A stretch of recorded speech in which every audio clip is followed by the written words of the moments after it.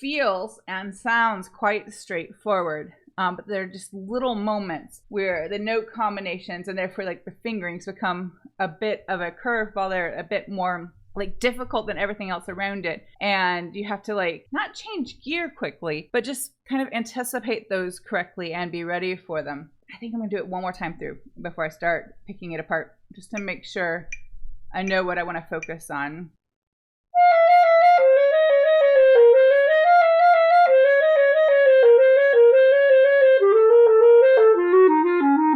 It's my left thumb is not wanting to cooperate, getting from the E flat to the open G on that bar.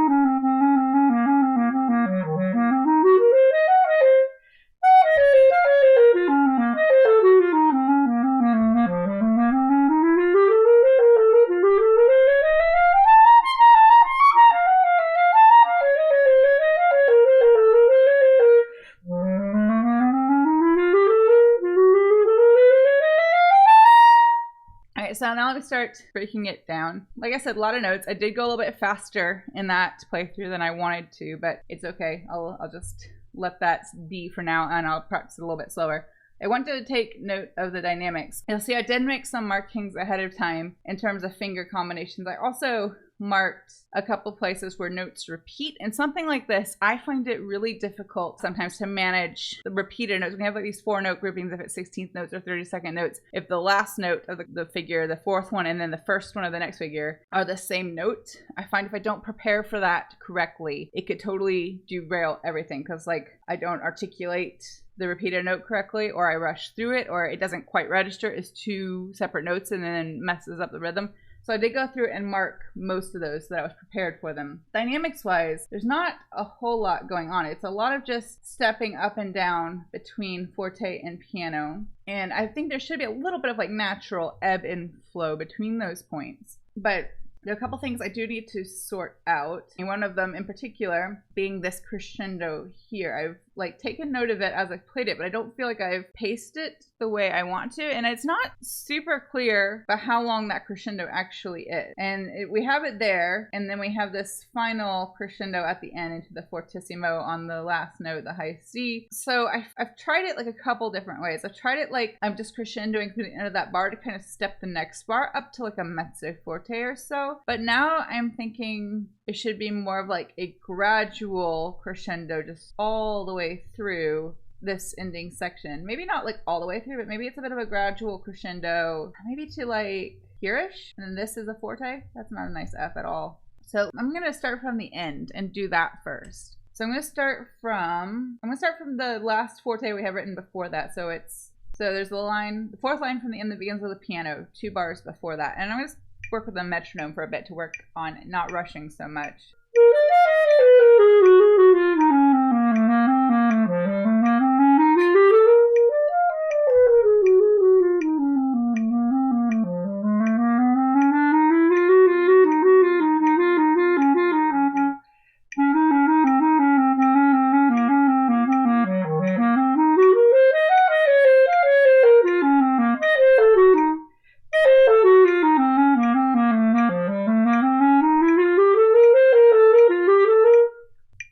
I take that back. I take all of that back. I feel like this crescendo is just going to go all the way through. So I'm going to treat it like the crescendo carries all the way through until like last bar or so before the end. But I'm going to treat it like each one of these ascending figures takes us like a bit louder. So we keep kind of like increasing the volume there. Now I'm not necessarily going to get quieter. I'm not going to decrescendo on any of the descending figures, but I might let it relax just a little bit. So I'm going to go from same spot again.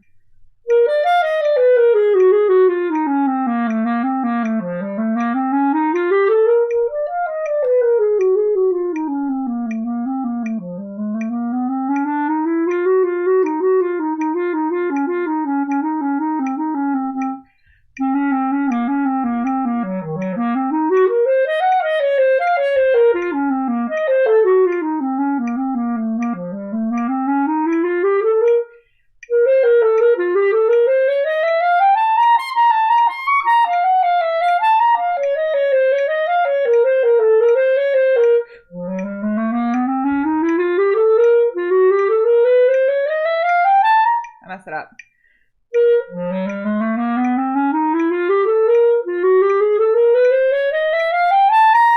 I always struggle with figures that are like almost chromatic, but not quite. I always like my brain will see them and think, oh, that's chromatic scale, and it's not.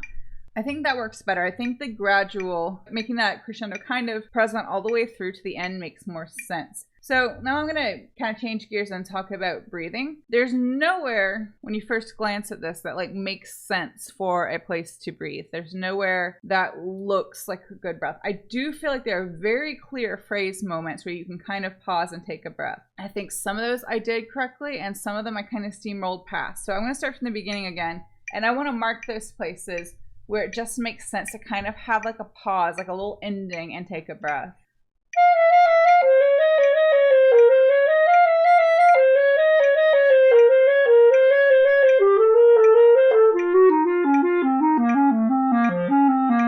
Marching a little bit. Like that one is one, but I don't know if I necessarily will need a breath that early, especially once it's faster, but I can give myself the option for now.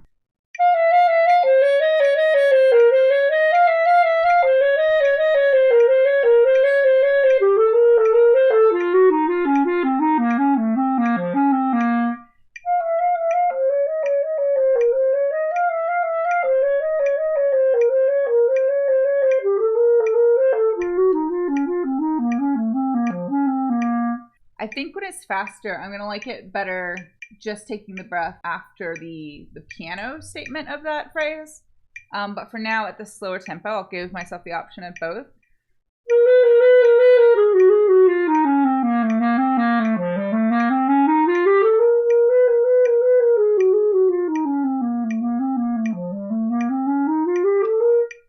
And even though it's a little bit more awkward, I think I can grab one there.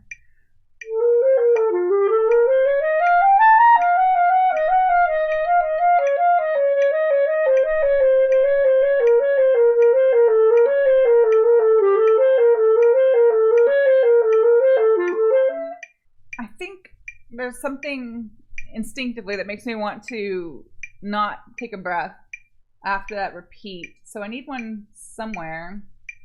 So I think I'll take it here. I think that'll work. I want to go back to the last breath mark I wrote in.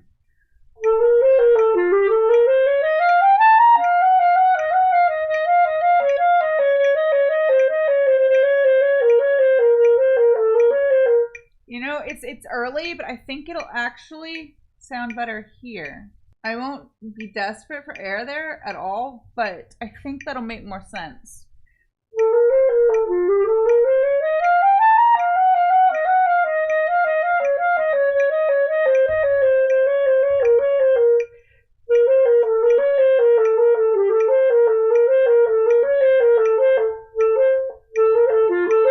Yeah, I didn't do that well at all, but I think that'll make more sense. But I think I like it better without a breath here, because I want to just continue that phrase. So I'm going to go back. With the metronome, I may not be able to grab all of these quickly. I might have to kind of take a whole click.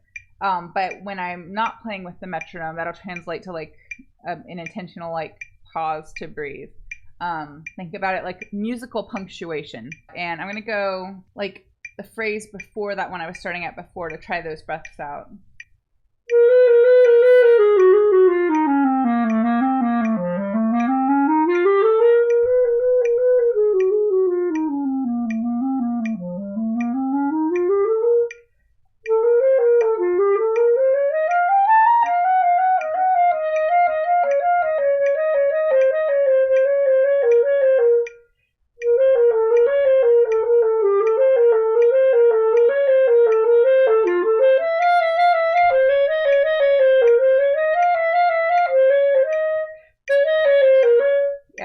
got messed up in the fingers because I started thinking. I think I'll be able to get all the way here before I take another breath. I think that'll work. I'm going to go to the last breath and start there.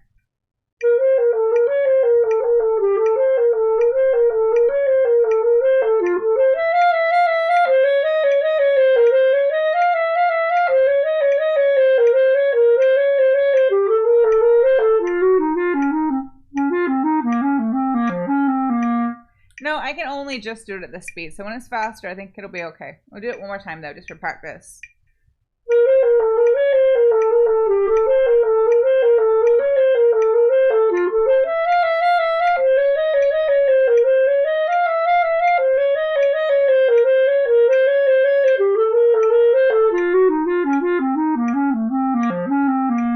Yeah, that'll work okay. It's not super comfortable at the slower tempo, but it will work. I'm gonna go from where I left off into the next chunk and plan that breath.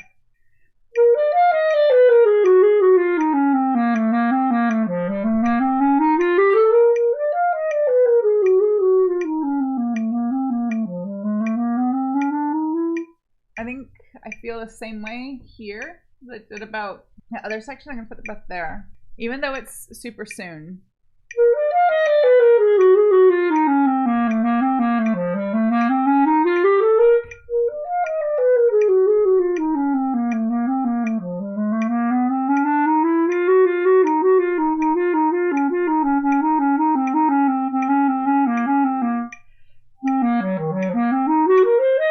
Yeah, I'm gonna grab one there as well. I feel like the second section through to the end, none of the breaths are gonna feel super ideal, but I think they're manageable.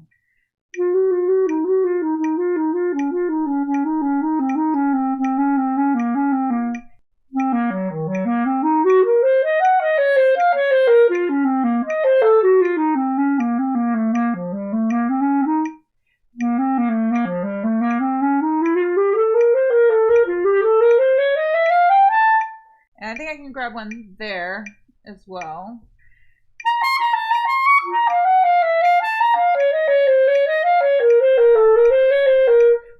And then of course there. I think that should be enough to get me to the end of it then.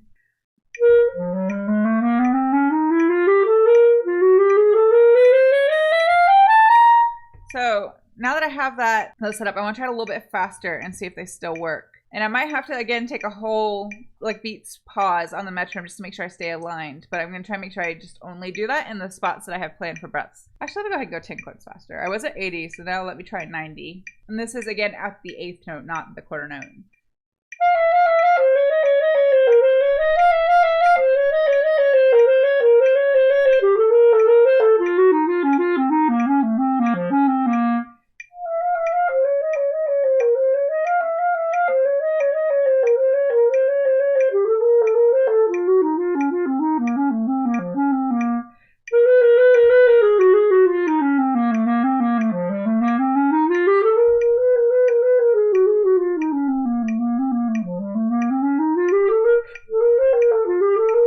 You know what? I'm going to change my mind about that one.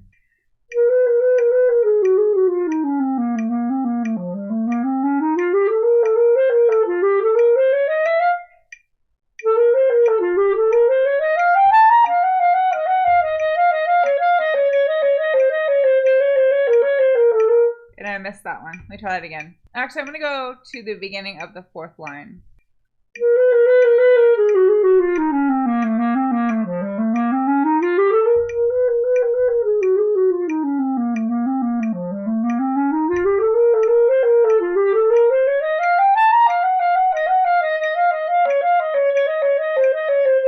I've changed my mind. I'm not sure. I'm not going to totally rule that breath out. I think we have to try it without the metronome to see which one actually makes more sense and works better. Let me do that. I'm going to play it from the beginning without the metronome.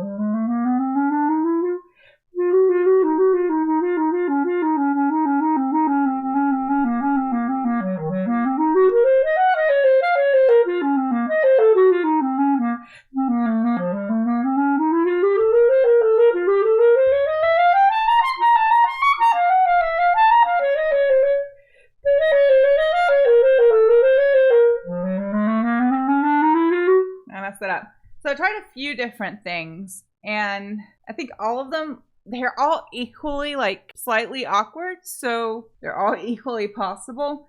And I think I might be doing this prematurely. I think if this were a piece I was working on for performance, it would not make sense to get too married to where I was going to breathe before I knew what performance tempo was going to be. So for now, I'm going to treat all of those that I mark as potential places to break and breathe, and I will kind of settle on a more final set as I inch the tempo up. So if you're playing something that's like this and similar to this in structure, just like a lot of notes, and you're playing that for like a recital or exam audition, whatever, something like a study like this, I feel like the most likely performance scenario would be to play it for either an exam or an audition. Sometimes for undergraduate auditions and sometimes for postgraduate auditions, they will ask to hear studies as part of like the audition pack. So in that case, you don't get to choose what you're playing, but you do get to choose how you present it and how you show your musicality through it. So something like this that looks very straightforward and just notey, there are still places to phrase it and show your musicianship. It might be a bit more challenging though than something nice and lyrical and pretty. But a way that I feel like planning the breathing goes hand in hand with like showing your musicality. Where you place your breaths should be very intentional music decisions. Now, sometimes where you have a breath is just biological need. You have to breathe, and so that's where you breathe. But also how you manage those breaths that you have to take because you just need to breathe. It can also be a very good way to show your maturity as a musician by how you handle those situations.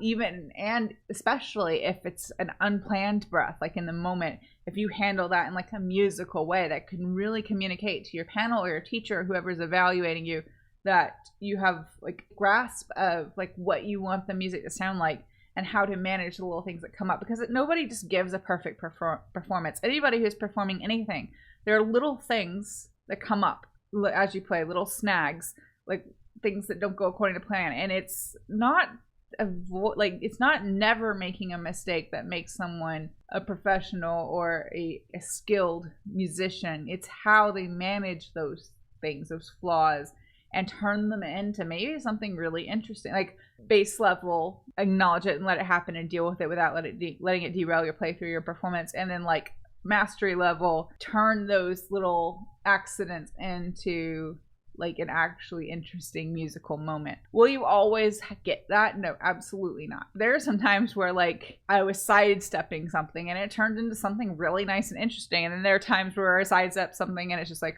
that was close, you know? And it's just like, I just avoided it and was happy with having avoided like something worse. But as far as like intentionally planning breaths for this, obviously when it comes down to it, they may or may not work out. But I need to get the tempo a little bit faster before I can kind of decide where my permanent breaths are going to be for this. And then when you're picking a tempo for something like this, something that's meant to be fast and virtuosic, the formula for me for picking performance tempo is fastest I could possibly play it -5 to 10, depending on how fast it is. You don't want to go for your absolute maximum because you may not be able to control every bit of that, but also like when nerves and adrenaline take over, I'm probably going to be faster. So that's why absolute maximum, we'll say -10, you know, that way I have that 10 clicks to allow myself to get faster or to accommodate myself getting faster because of nerves or adrenaline. So let me try it here at 100, and I'm going to try to honor the breath marks I've written in, but I'm not going to be super strict with it as I'm just kind of trying to figure out what the tempo is going to be.